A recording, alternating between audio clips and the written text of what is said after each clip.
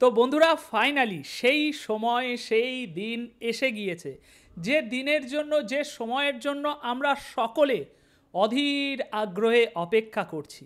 শেখ হাসিনা কবে বাংলাদেশে ফিরবে?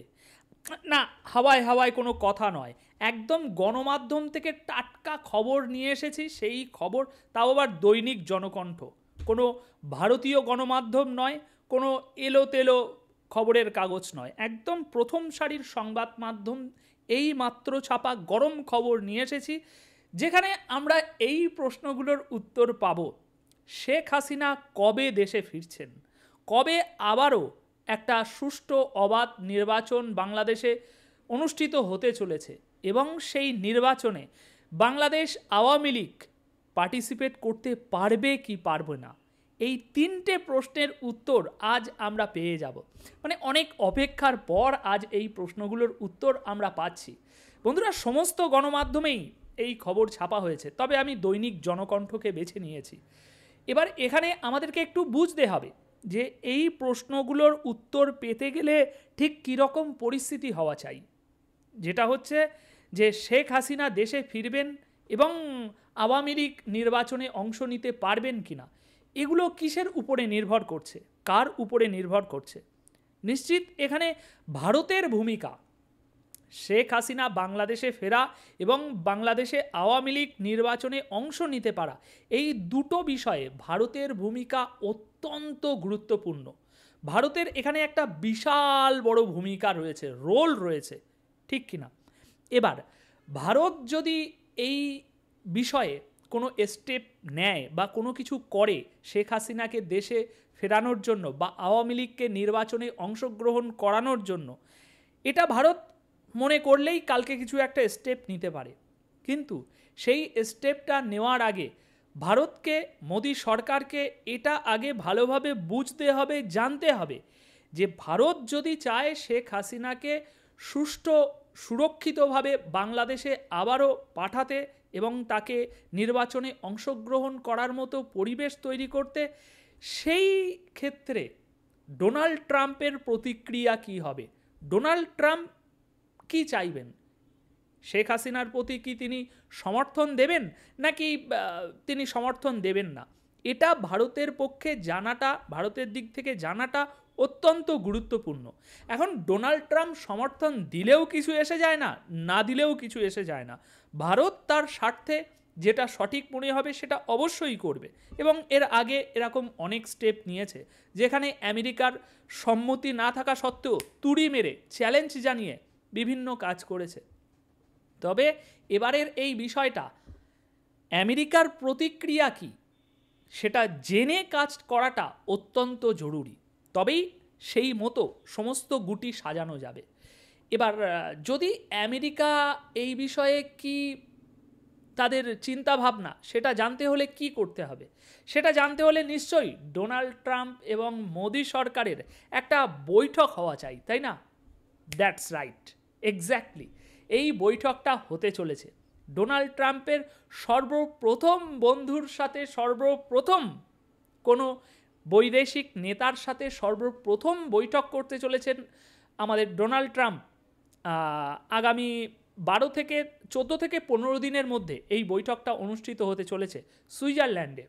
মোদি সরকার এবং ডোনাল্ড ট্রাম্পের সরকার একদম দুই রাষ্ট্রপ্রধান সামনাসামনি একটি বৈঠক করবেন এবং সেই বৈঠকের বিষয়েই সমস্ত কিছু ইতিমধ্যেই চলে এসেছে। আর এই বৈঠক হতে চলেছে, এটা কোনো হাওয়াই হাওয়াই গল্প নয়। আমাদের জয়শঙ্কর স্যার যে আগের দিন গিয়েছিলেন এবং আগের দিনের ভিডিওতে আমি যেসবগুলো বললাম, সেখানেই মোটামুটি সেট করে আসা হয়ে গিয়েছে, যে ফাইনাল করা হয়ে গিয়েছে যে দুই রাষ্ট্রপ্রধান সুইজারল্যান্ডে আগামী 10 থেকে 12 দিনের মধ্যে বৈঠক করতে চলেছে এবং সেই বৈঠকেই সমস্ত কিছু ফাইনাল হচ্ছে এই তিনটে বিষয়।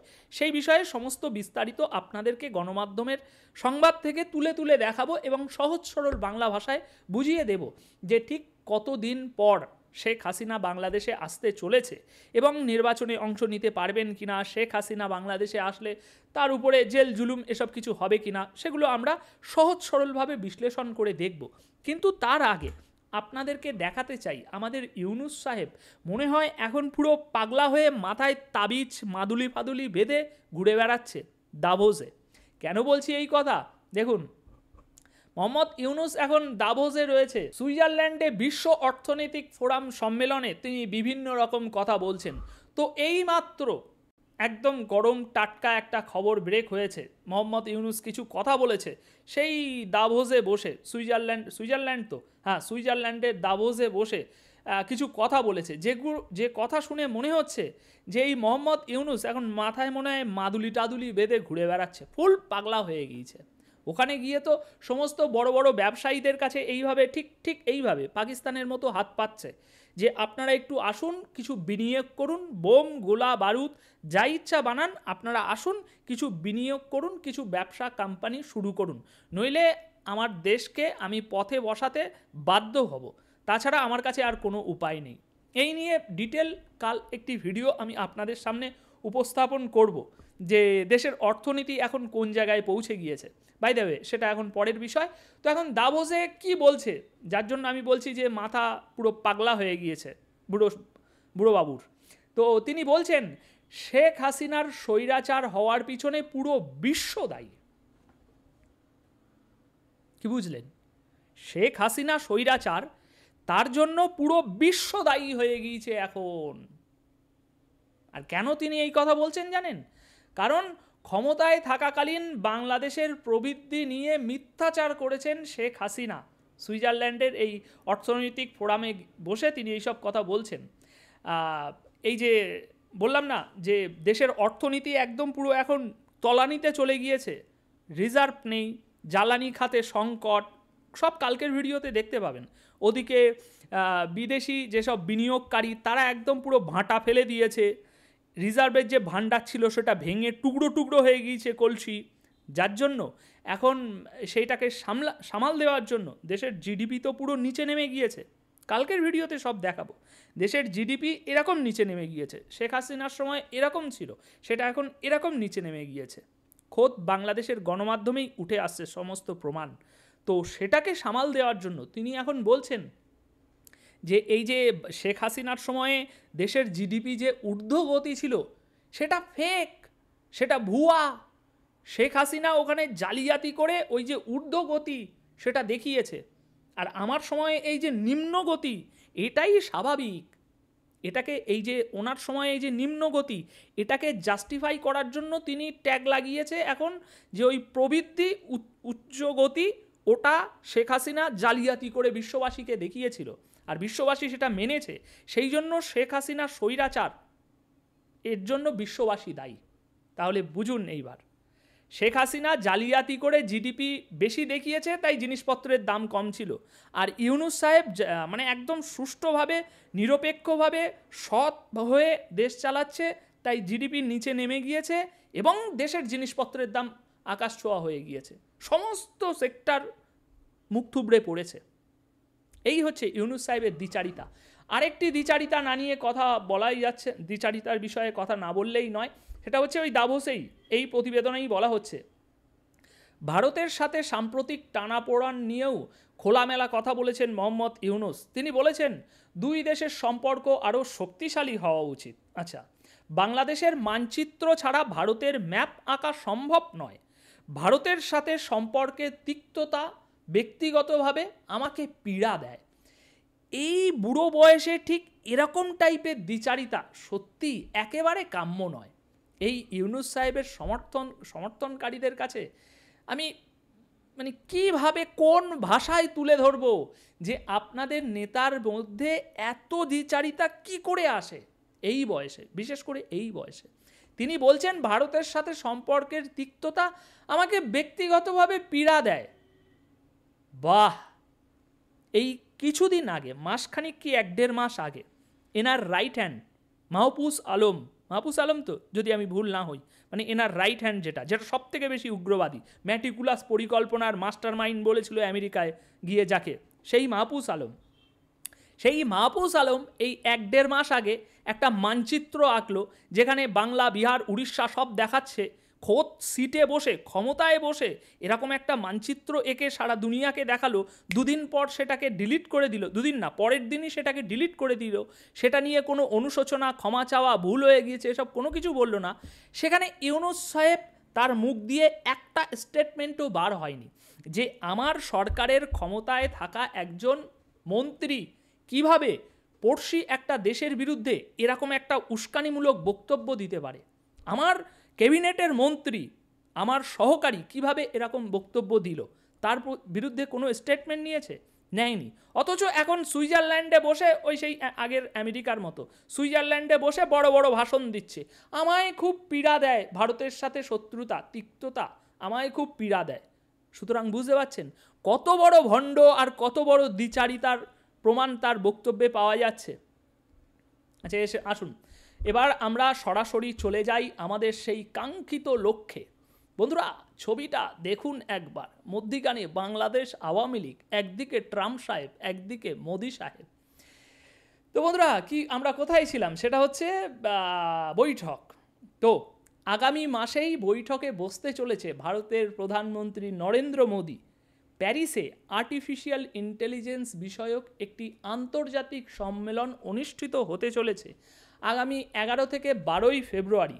এই সম্মেলনে যোগদান করবেন মোদি ও ট্রাম্প 11 থেকে 12 ফেব্রুয়ারি, তার মানে আজ হচ্ছে 24 তারিখ, 6-30 আর ওদিকে 12, 6-2, 18, ওই 14-15 দিন মতো আর বাকি, তার মধ্যেই আমরা সমস্ত রেজাল্ট পেয়ে যাব, 14-15 দিন মতো। এখানে বলা হচ্ছে আমেরিকা ও ভারতের দ্বিপাক্ষিক একাধিক ইস্যুর পাশাপাশি মোদি ট্রাম্পের বৈঠকের গুরুত্ব পাবে বাংলাদেশের প্রসঙ্গ। গুরুত্ব তো পাবেই, কেন পাবে এই প্রসঙ্গটা পড়লেই বুঝতে পারবেন। এখানে বলা হচ্ছে, দৈনিক জনকণ্ঠ বলছে, কিন্তু ভারতীয় মিডিয়া না, কিন্তু দৈনিক জনকণ্ঠ বলছে ভারতের বিশেষজ্ঞদের মতে, বিশেষজ্ঞ তো অবশ্যই সমস্ত ভারতবাসীর মতেই এটা। এখানে বলা হচ্ছে ভারতের বিশেষজ্ঞদের মতে বর্তমান বাংলাদেশ ভারতের একটি অভ্যন্তরীণ ইস্যু হয়ে দাঁড়িয়েছে। এই অবস্থায় ভারত সরকার চাইছে বাংলাদেশে অবাধ ও শান্তিপূর্ণ সাধারণ নির্বাচন। শেখ হাসিনার দল আওয়ামী লীগ যাতে নির্বাচনে অংশ নিতে পারে সেই বিষয়টিও নিশ্চিত করতে চাইছে ভারত। একই সাথে শেখ হাসিনার বাংলাদেশে প্রত্যার্পণের পর প্রতিহিংসা পরায়ণ নীতি যাতে তার বিরুদ্ধে গ্রহণ না করা হয় সেটি নিয়েও ভারত নিশ্চয়তা চাইছে। এমন পরিস্থিতিতে অত্যন্ত গুরুত্বপূর্ণ ভূমিকা পালন করতে পারেন ডোনাল্ড ট্রাম্প। তাই আগামী মাসে প্যারিসে মার্কিন প্রেসিডেন্টের সাথে আলোচনায় বাংলাদেশ প্রসঙ্গ তুলতে চান মোদি।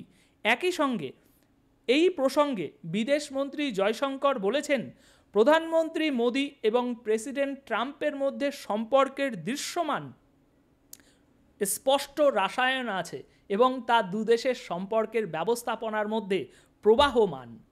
সুতরাং এবার আমরা একে একে বিশ্লেষণ করি। এখানে আমাদের মোদি সাহেব এবং ট্রাম্পের যে বন্ধুত্ব সেটা ইতিমধ্যেই আমরা জানি গভীর থেকে গভীর, এবং এই গভীরতা ভোটে জেতার পর কতটা গভীর রয়েছে নাকি একটু পলিমাটি পড়ে একটু গভীরতা কমেছে সেটার একটা মাপ নিতে গিয়েছিল আমাদের বিদেশমন্ত্রী জয়শঙ্কর স্যার, এবং মাপটাপ নিয়ে এসে জয়শঙ্কর স্যার এখন খোলামেলা বলছেন যে ট্রাম্প ও মোদির যে সম্পর্ক সেটাতে রসায়ন একেবারে মাখামাখি আছে, কোনো চাপ নেই, মিটে গেল। সুতরাং চাপ নেই, রসায়ন মাখামাখি আছে। এবার আমাদেরকে বুঝতে হবে, যেমনটা জনকণ্ঠ বলছে যে ভারতের বিশেষজ্ঞদের মতে বর্তমানে বাংলাদেশ ভারতের একটি অভ্যন্তরীণ ইস্যু হয়ে দাঁড়িয়েছে। সেটা আমরাও জানি যে বিশাল বড় একটা মাথা যন্ত্রণা, একটা কনসার্ন হয়ে দাঁড়িয়েছে যবে থেকে শেখ হাসিনা ভারতে এসেছে এবং শেখ হাসিনা বাংলাদেশের ক্ষমতা থেকে তার হোল্ড হারিয়ে ফেলেছে। তবে থেকে ভারতের সবথেকে মাথা ব্যথার বিষয় হয়ে দাঁড়িয়েছে এখন বাংলাদেশ। তো সেই জন্য ভারতকে নিশ্চিত কিছু অ্যাকশান এর মধ্যে নিতেই হবে, তাছাড়া কোনো উপায় নেই। আর অ্যাকশান নিতে ওই যে আগে কথাগুলো বললাম, অ্যাকশান নেওয়ার জন্য এখানে আমেরিকার দৃষ্টিভঙ্গি কী, আমেরিকার চিন্তাভাবনা কী, আমেরিকা কি চাইছে, ভারত বাংলাদেশের এই সম্পর্কটাকে আমেরিকার ডোনাল্ড ট্রাম্প কোন দৃষ্টি দিয়ে দেখছে সেটা ভারতের পক্ষে জানাটা অত্যন্ত জরুরি। তো সেই জানার বিষয়টাই এখানে হবে, এবং এই পুরো বিষয়টা যে ওখানে বৈঠক হবে সেখানে বাংলাদেশের যে প্রসঙ্গটা সেটা খুবই গুরুত্বপূর্ণভাবে আলোচনা করা হবে ট্রাম্পের সাথে, এবং সেখানে এই যে বলা হচ্ছে নির্বাচনের বিষয় এবং শেখ হাসিনাকে দেশে প্রত্যর্পণের পর প্রতিহিংসাপরায়ণ নীতি যাতে তার বিরুদ্ধে গ্রহণ না হয় সেটিও নিশ্চয়তা নিতে চাইছে ট্রাম্পের কাছ থেকে ভারত। এখন ভারত তো এখানে একটা ট্রাম্প কার্ড খেলবেই, যে এদিকে চায়না আছে, যে কোনো একটা বেছে নাও। যদি আমার সাথে তোমাকে বন্ধুত্ব করতে হয়, কারণ ভারতের জন্য একটা ভীষণ মাথা ব্যথার কারণ, যদি শেখ হাসিনা বাদে এই জামাত শিবির ইউনূসের দল ক্ষমতায় এসে যায় আগামী 4-5 বছরের জন্য, তাহলে 4-5 বছর একেবারে জ্বালিয়ে পুড়িয়ে ভাজা ভাজা করে খাবে, দেশে উন্নতির কথা ভুলে যেতে হবে, এদিকেই ঠোকাঠুকি লেগে থাকবে দিনকে দিন। তো সেই জন্যই ভারত চাইবে যে কোনোভাবে বাংলাদেশ আগে যেমন স্টেবল শান্তিপূর্ণ একটা দেশ ছিল সেই জায়গায় ফিরিয়ে নিয়ে আসতে, যাতে মাথা যন্ত্রণাটা কমে যায়, আমি অন্যদিকে লক্ষ্য দিতে পারি। তো সেটার জন্য নিশ্চিত যতদূর সম্ভব আমাদের মোদি সাহেব এরকম কিছুই কথাবার্তা বলবেন বা ডিল করবেন। সেটা হচ্ছে, দেখুন ভাই, যদি আমার সঙ্গে বন্ধুত্ব চাই তাহলে আমি তোমার জন্য এই স্যাক্রিফাইস করতে পারবো, কিন্তু তার পরিবর্তে তোমাকে বাংলাদেশের বিষয়ে কোনো কথা বললে হবে না। বাংলাদেশের প্রত্যেকটা বিষয়ে আমি যে সিদ্ধান্ত নেব আমার দেশের স্বার্থে, হ্যাঁ তোমার দেশের স্বার্থও এর সাথে জড়িয়ে থাকবে, সেই সমস্ত কিছু মিলিয়ে আমার দেশ যে প্ল্যানিং করবে সেই প্ল্যানিংয়ে তোমার সমর্থন অবশ্যই দরকার। এখন যদি তুমি ভারতের সাথে বন্ধুত্ব চাও তাহলে ভারতের এই একটা দাবি আছে বাংলাদেশ শেখ হাসিনার বিষয়ে, এই দাবিটাতে তোমাকে আমাকে সমর্থন দিতে হবে, আর তার বিনিময়ে আমি তোমাকে এই জিনিসগুলো দিতে রাজি আছি। এরকম কিছুই ডিল টিল হবে, বা মোদি সাহেব তার বন্ধুত্ব সামনে রেখে এরকম কিছু বিষয়ই কথাবার্তা বলবে, বলে মোদি সাহেবকে একেবারে পুরোপুরি আয়ত্তে নিয়ে এসে কাজগুলো হবে। এবং সেখানে আমরা স্পষ্ট দেখতে পাবো যে শেখ হাসিনাকে বাংলাদেশে ফেরানোর বিষয়ে বড় কোনো সিদ্ধান্ত আসছে আগামী দিনে। তো মোটামুটি এই হচ্ছে একটা ব্যাপার যেটা গণমাধ্যমে উঠে এসেছে, আমি আপনাদের সামনে তুলে ধরলাম এবং যতটা সম্ভব বিশ্লেষণ করার চেষ্টা করলাম। এবার বাদবাকি ভিডিওতে যাওয়ার আগে কমেন্ট বক্সে অবশ্যই জানিয়ে যাবেন যে এই শেখ হাসিনার বাংলাদেশে ফেরার যে বিষয়, সেই বিষয়ে আপনারা কি মনে করছেন? জামাত শিবির, বিএনপি এরা কি এত সহজে ছেড়ে দেবে, নাকি তারাও আবারও নতুন কিছু ম্যাটিকুলাস পরিকল্পনায় নামতে পারে? কমেন্ট বক্সে অবশ্যই জানিয়ে যাবেন। ধন্যবাদ সকলকে।